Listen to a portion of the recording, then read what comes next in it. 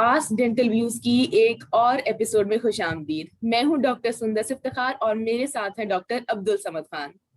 Sir, कैसे हैं आप? जी, अस्सलाम वालेकुम। अल्हम्दुलिल्लाह बिल्कुल खैरियत से। और आप सुनाएं, और हमारे व्यूअर्स कैसे? आई होप के सब खैर आफियत से होंगे इस मुश्किल के दौर में। बिल्कुल बिल्कुल, अब सबके लिए दुआ गो हैं। सर, जी, मेरा तो आप ना ही पूछे, बहुत ही बुरा हाल है। खैरियत क्या हो गया? बस इतनी मुश्किल से एक पेपर लिखा है और अब जब मैं उसे पब्लिश करवाने लगी हूँ तो अब मैं आप जैसी बड़ी साइंटिस्ट तो हूँ नहीं कि मैं सिर्फ रिसर्च के लिए पब्लिश करवाऊँ। मुझे तो प्रमोशन चाहिए और थोड़ा सा वो चाहिए ना। तो अब जब मैं पब्लिश करवाने लगी तो अब पहले तो होता था कि पीएमडीसी रिकॉग्नाइज्ड जर्नल्स होते थे, अब पीएमडीसी ही नहीं रही तो वो पीएमडीसी रिकॉग्नाइज्ड जर्नल्स का क्या स्टेटस है, इसके बारे में थोड़ी कंफ्यूजन है। तो ये मतलब क्या सीन है अब इसका? देखिए, सीन इसका जो है वो बड़ी ही वाकई आप ठीक कह रही हो, कंफ्यूजिंग सी सिचुएशन है।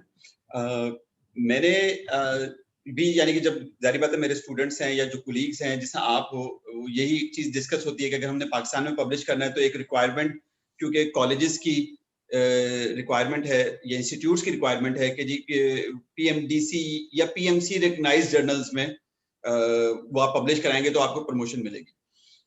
अब पहले तो ये था कि जो पीएमडीसी के रिकग्नाइज्ड जर्नल्स थे उनकी लिस्ट मौजूद थी, ठीक है। तो किसी ने अगर देखना होता था, जारी बात है आपको हर जर्नल की इंफॉर्मेशन नहीं होती कि वो रिकग्नाइज्ड है या नहीं है, चेंजेस आती रहती हैं, कुछ जर्नल डी रिकग्नाइज हो जाते हैं, कुछ री रिकग्नाइज हो जाते हैं, कुछ नए जर्नल्स आ जाते हैं। लेकिन अब समहाउ मैंने खुद पर्सनली पीएमसी की वेबसाइट विजिट की। मुझे पीएमसी की वेबसाइट पे कहीं भी रिकग्नाइज्ड जर्नल लिस्ट की इंफॉर्मेशन नहीं मिली, ठीक है।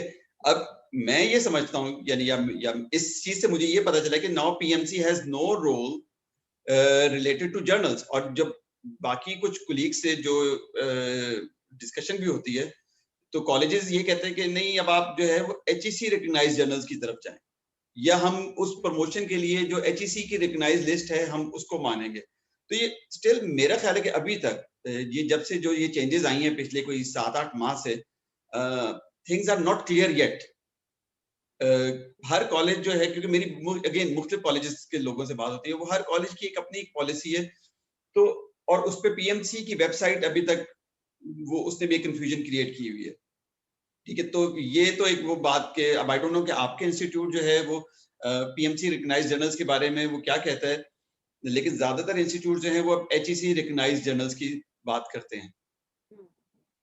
एचएससी रिकॉग्नाइज्ड जर्नल्स की बात करें तो उनकी वेबसाइट के ऊपर वो डिफरेंट कैटेगरीज होती हैं, तो वो तो बहुत लिमिटेड सी ऑप्शंस होती हैं और वो सच पूछे तो कैटेगरीज कुछ समझ में भी नहीं आती हैं। हमेशा पहले पीएमडीसी की लिस्ट देख के जो जर्नल आता था उसमें भेज देते थे। तो ये लिस्ट का क्या उनका स्टेटस है कि मतलब वहां पे मुझे कुछ डेंटिस्ट्री के तो बहुत ही कम ऐसे जर्नल्स दिखाई देते हैं।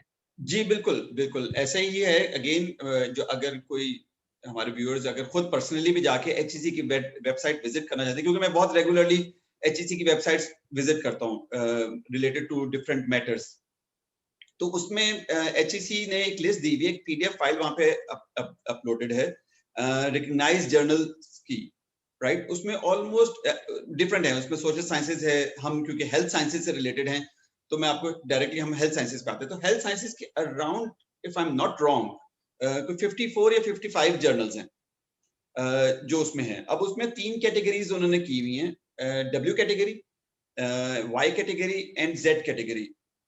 पहले था WXYZ कैटेगरी। अब somehow I couldn't find any journal related to X category. W category में कुछ 4 या 5 जर्नल्स हैं जिसमें नोन है, JCPSP है, JPMA है, journal of Pakistan medical sciences, और एक आई थिंक कोई फार्मास्यूटिकल साइंसेज का जर्नल है। और बाकी जो मेजॉरिटी है वो Y कैटेगरी में है। और फिर मेजॉरिटी कह लें या जो ऑलमोस्ट सिमिलर कह लें, बल्कि कहना चाहिए कि 20-25 के करीब जो है वो वाई कैटेगरी में और 20 के अराउंड जो है वो जेड कैटेगरी में। समहाउ डब्ल्यू वाली बेस्ट है, उसको कंसिडर करते डब्ल्यू थे। वाली बेस्ट है। डब्ल्यू वाली इसलिए बेस्ट है क्योंकि उसमें उन्होंने वो जर्नल्स रखे हुए जो कि वेब ऑफ साइंस इंडेक्स्ड हैं, ठीक है, उसको उन्होंने डब्ल्यू कैटेगरी में रखा हुआ है। जो स्कोपस इंडेक्स्ड हैं या कुछ जो पबमेड इंडेक्स्ड हैं या इवन नॉन इंडेक्स्ड जर्नल्स हैं वो वाई एंड जेड कैटेगरी में, वो उसमें एचईसी ने अपना एक क्राइटेरिया डेवलप किया हुआ है, उसमें उनकी वो पॉलिसीज और उनकी वो सारी गाइडलाइंस की काफी एक जो अपडेटेड लिस्ट है, कुछ पावर पॉइंट प्रेजेंटेशंस हैं जो कन्वर्ट की हुई उन्होंने पीडीएफ में, वो उन्होंने वहां पे अपलोड की हुई है कि अगर आपने किसी ने वेब ऑफ साइंस इंडेक्सिंग की तरफ जाना है या स्कोपस इंडेक्सिंग की तरफ जाना है तो क्या गाइडलाइंस हैं। भारत, चलिए कमिंग बैक टू दैट, लेकिन जो जर्नल्स हमें पीएमडीसी की वेबसाइट पे मिलते थे, recognised journals specifically related to dentistry, उनमें से काफी जो हैं वो एचईसी की रिकग्नाइज्ड जर्नल लिस्ट में नहीं है। ठीक है, तो अब ये भी एक कंफ्यूजन है कि अब वो फैकल्टी मेंबर्स या वो स्टूडेंट्स, पीजी स्टूडेंट्स और या even undergrad students, if they want to publish it, तो वो कौन सी देखें, या वो पुरानी लिस्ट देखें पीएमसी की, पीएमडीसी की, या वो ये नई वाली लिस्ट देखें। जो मेरा अगेन एक्सपीरियंस रहा है over the period of last 1 year, जब से ये सारी चीजें चली हैं, तो हर इंस्टीट्यूट की ना एक डिफरेंट पॉलिसी है। तो ये भी एक चीज जो है, आई थिंक पीएमसी को बहुत जल्द क्लियर कर देनी चाहिए इन डिफरेंट इंस्टीट्यूट्स, या अगर उन्होंने कोई पॉलिसी गाइडलाइंस दी है, या अगर इन्होंने वो चीज बिल्कुल इंस्टीट्यूट्स के हाथ में दे दी है, तो then it's up to institutes के वो उन्होंने एक वो पुरानी लिस्ट जो रखी हुई है। सिमिलरली जो एचईसी की जो लिस्ट है जिसकी मैं बात कर रहा हूँ, मेरा अपना ख्याल है कि इट्स नॉट अपडेटेड।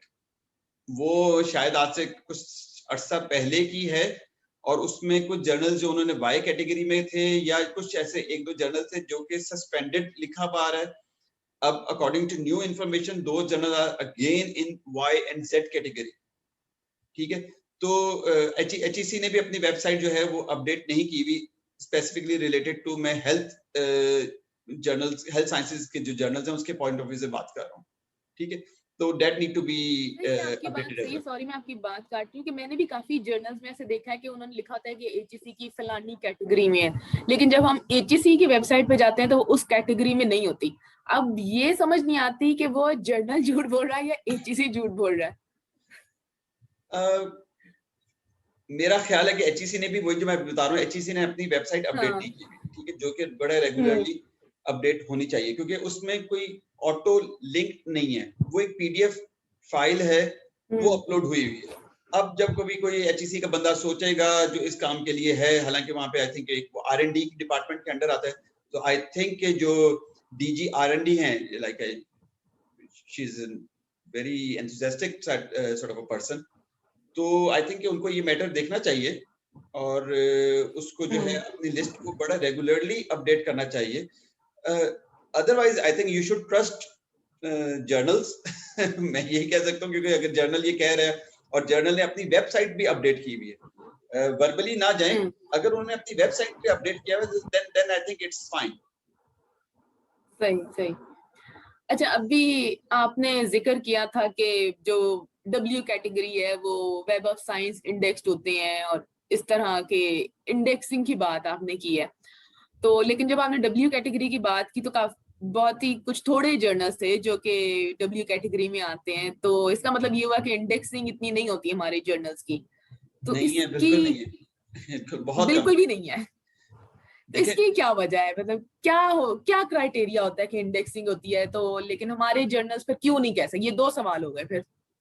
अच्छा देखें, before commenting on this particular topic और कोई क्वेश्चन, मैं स्पेसिफिकली प्रेज करता हूं और बहुत ज्यादा एडमायर करता हूं हमारे वो एडिटर इन चीफ, स्पेशली जो हमारे दो बड़े जर्नल्स हैं, PODJ, Pakistan oral and dental journal, and जेपीडीए।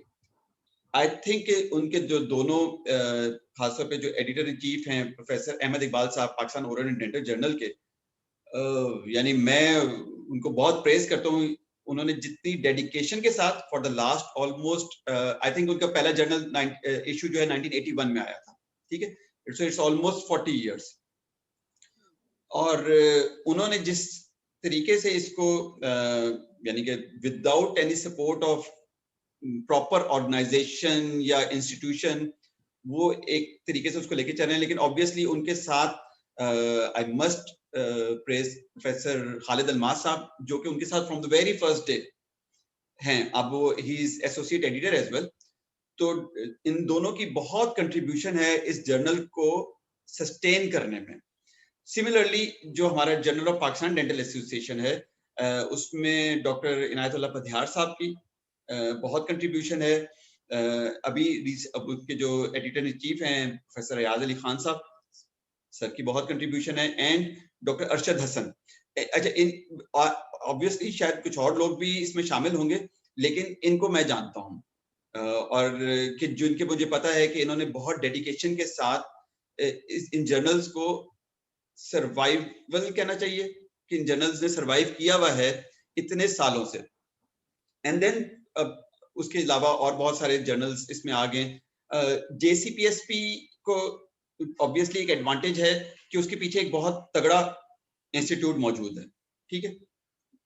या जेपीएम में जो है उसके पीछे एक बहुत तगड़ी ऑर्गेनाइजेशन पीएम में मौजूद है।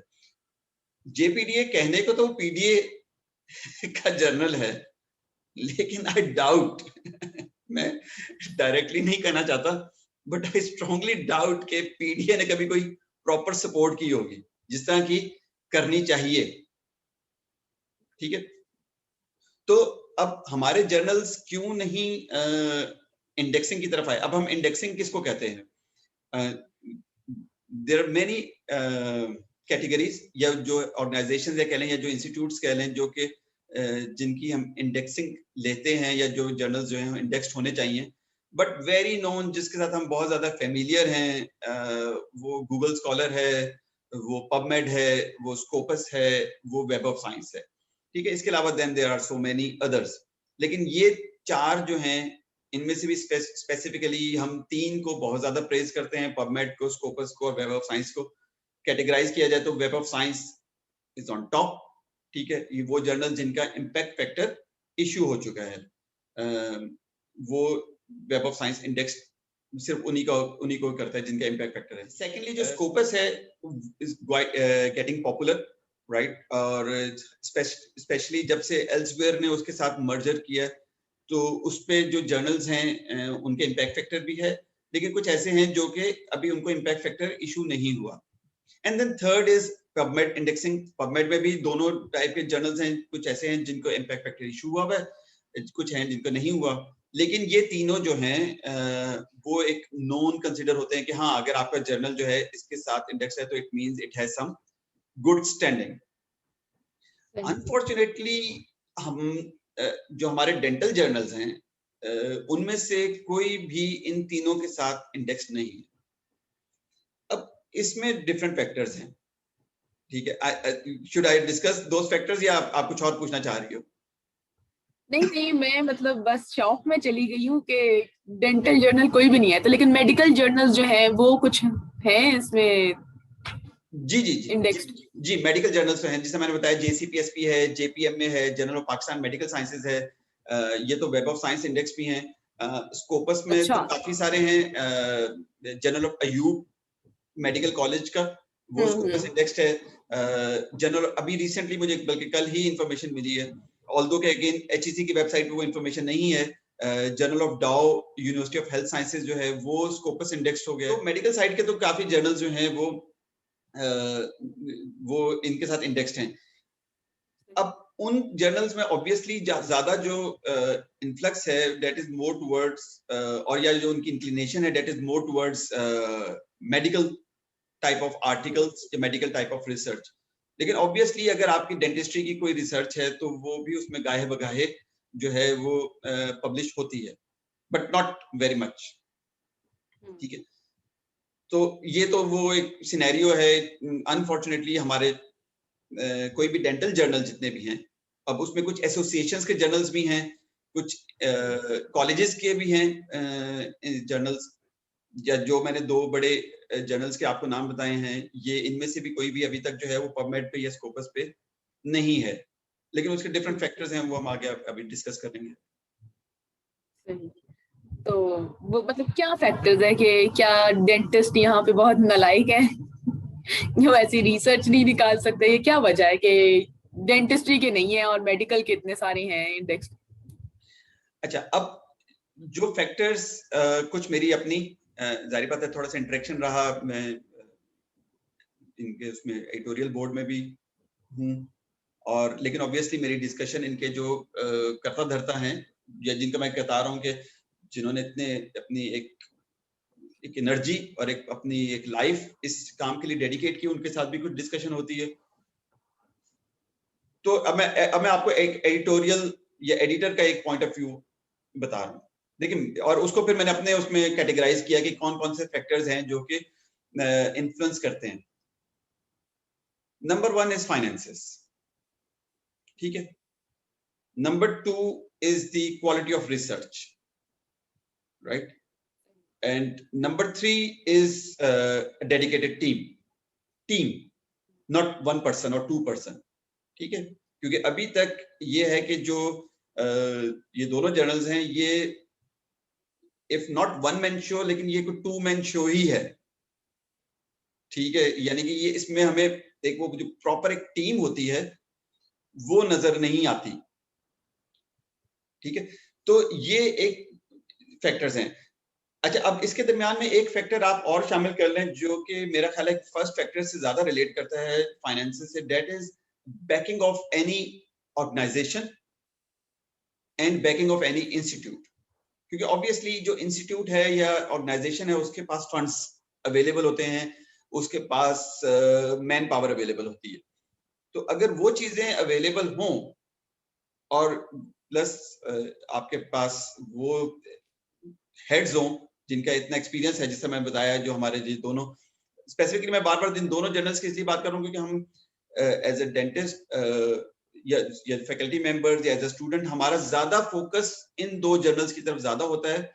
Then we select particular journals जो कि सपोज जो ऑर्थोडोंटिक्स एसोसिएशन का है या प्रोस्टोडोंटिक एसोसिएशन का, तो वो ऑब्वियसली वो वही आर्टिकल्स पब्लिश करेंगे जो कि ऑर्थो से रिलेटेड है या जो प्रोस्टो से रिलेटेड है। लेकिन ये दोनों जर्नल्स वो हैं जो कि जनरल कैटेगरी के सारे आर्टिकल्स जो हैं वो उनको एंटरटेन करते हैं। तो ये एक चीज देखनी पड़ेगी कि डेडिकेटेड टीम, ठीक है। तो ये मैंने अब आपको 4 फैक्टर्स बताए हैं। अब हम आगे 1 बाय 1 इन फैक्टर्स पे बात कर सकते हैं, या अगर आपके जहन में कोई क्यूरी है। बस मैंने आपसे यही कहना था कि थैंक यू, आपने काफी सवालात के जवाब दिए और इस डिस्कशन से और काफी सवालात मेरे जहन में पैदा हुए, और बल्कि आज आपने बहुत से लोगों के ऊपर हमले भी किए। तो अगली बार मैं जब एपिसोड स्टार्ट करूंगी तो आप पे हमला करके स्टार्ट करूंगी। अच्छा, तो उस हमले के लिए, अगले एपिसोड के लिए हमारे व्यूअर्स तैयार रहें। तो इंशाल्लाह फिर हम उनसे नेक्स्ट टाइम मुलाकात करेंगे। तो अल्लाह हाफिज़ कहते हैं और इंशाल्लाह नेक्स्ट टाइम फिर उनसे मुलाकात करेंगे।